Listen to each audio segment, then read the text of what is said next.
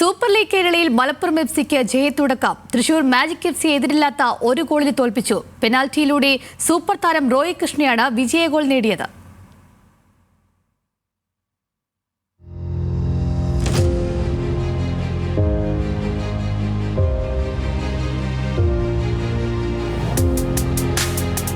ആവേശം വാനോളം. മലപ്പുറത്തിന്റെ മനം നിറച്ച് ISL താരം റോയ് കൃഷ്ണ. സൂപ്പർ ലീഗ് കേരളയിലെ രണ്ടാം മത്സരത്തിൽ മിന്നിത്തിളങ്ങി മലപ്പുറം FC.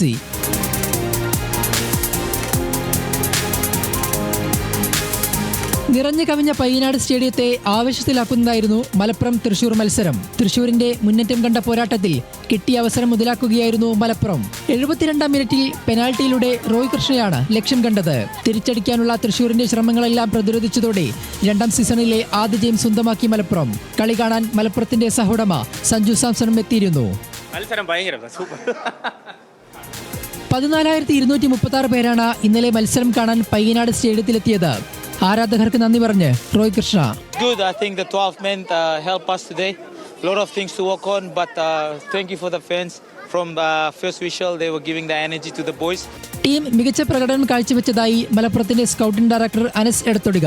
സന്തോഷം, 3 പോയിന്റ് കിട്ടിയതിൽ ഒരുപാട് സന്തോഷം. തൃശ്ശൂർ നല്ല ഗെയിമാണ് കളിച്ചത്, ഒപ്പണന്റ് നന്നായിട്ട് കളിച്ചു.